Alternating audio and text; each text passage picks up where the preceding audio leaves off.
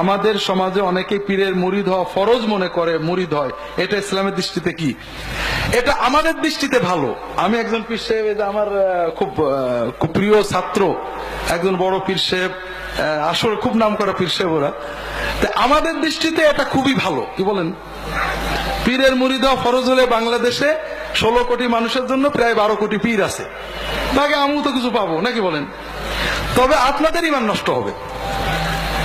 পীরের মুরিদ হওয়া, প্রথম কথা হলো পীর বলে কোনো জিনিস কোরআন সুন্নায় নেই, আর মুরিদ হওয়া বলে কোনো জিনিস কোরআন হাদিসে নেই। যেটা আছে সেটা হলো সাদেকিন, মুত্তাকিন, নেককার মানুষদের, সালেহিনদের সোহবত, সাথে থাকা, সোহবত নিয়ে সাহচর্য নেওয়া। পীর শব্দ এবং মুরিদ শব্দ দুটো শব্দই সুন্নাহ বিরোধী, আর সবচেয়ে মুশকিল হলো সুন্নতের বাইরে যাই জন্ম নেয় তাতেই সমস্যা হয়। কিন্তু আমরা ব্যাখ্যার জন্য বলছি, পীর বলতে আমরা যখন পীর জন্ম হলো, পীর পদ্ধতি চালু হলো, যখন ইসলামের ধ্বংসের দিক হলো, তাতাররা সব ধ্বংস করে দিল, সমাজে আলেম ওলামা মাদ্রাসা কমে গেল, তখন আল্লাহর কিছু ভালো নেককার মানুষ গ্রামে গঞ্জে মানুষদেরকে দিনের দাওয়াত দিতেন, শেখাতেন, গ্রামে গঞ্জে পড়ে থাকতেন। এদেরকে ফার্সি ভাষায় পীর বলা হতো, আরবিতে শায়েখ মানে উস্তাদ। কথা বোঝেননি? মানুষ তাদের সোহবতে যেত। পীরের হাতে বায়াত হওয়া কিন্তু কোনোদিন ইসলামে ছিল না, সোহবত নেওয়া ছিল। মানুষ পীরের কাছে যে বসে থাকতো, 2-4 মাস যেত, কি করে ইবাদত করব, কথা শুনতো, মনটা ভালো হতো, সোহবত নেওয়া। আর এখন হয়েছে কি, হাত দিয়ে বায়াত হওয়া। রাসূলুল্লাহ সাল্লাল্লাহু আলাইহি ওয়াসাল্লাম বায়াত নিতেন রাষ্ট্রপ্রধান হিসেবে, নবী হিসেবে। রাসূলুল্লাহ সাল্লাল্লাহু আলাইহি ওয়াসাল্লামের পরে রাষ্ট্রপ্রধান ছাড়া আর কেউ কখনো বায়াত নেননি। আব্দুল কাদের জিলানী কারোর বায়াত করেননি, নিজেও করেননি, কারোর বায়াত হননি। তিনি তার উস্তাদ দাব্বাসের সোহবতে থেকেছেন কয়েক বছর। এই জন্য নেককার মানুষদের সোহবতে যাওয়া এটা ভালো কাজ, কোরআন সুন্নাহ নির্দেশিত নেক আমল।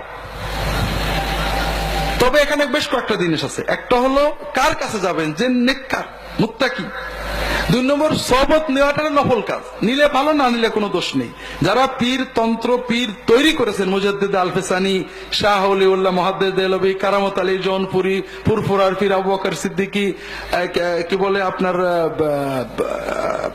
সৈয়দ আহমদ বেরেলভী, আশরাফ আলী থানভী রাহিমাহুমুল্লাহ তাআলা আজমাইন, সবাই বারবার বলেছেন পীরের মুরিদ হওয়া কোনো ফরজ ওয়াজিব কিচ্ছু না, এটা সুন্নাহ নির্দেশ সোহবত নেওয়ার অর্থে একটা নেক আমল। কথাকে বুঝতে পেরেছেন? মুরিদ হওয়ার মাধ্যমে, মুরিদ মানে চাই। মুরিদ মানে কি? আমি প্রেমিক, চাই। আপনি কাকে চান? সত্যি?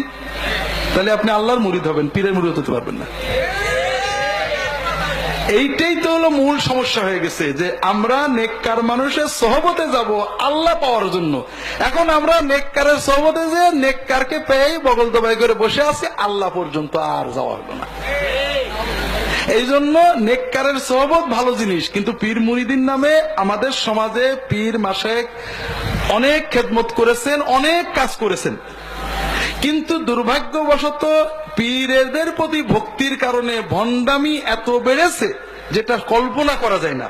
পীর মুরিদিন নামে শিরক, পীর মুরিদিন নামে কুফর, পীর মুরিদিন নামে ব্যভিচার, পীর মুরিদিন নামে অনাচার সমাজের রন্ধে রন্ধে ছেয়ে গেছে। কাজেই আমার শ্বশুর একটা কথা বলতেন, আর পীরের কথা তো বলতেই হয়। আমার পীর যেহেতু বলতো যে বাবারা, দোহাই লাগে, ফুরফুরা যায় না, কোথাও যেও না, তোমরা কোরআনের মুরিদ হও আর মসজিদে যাও।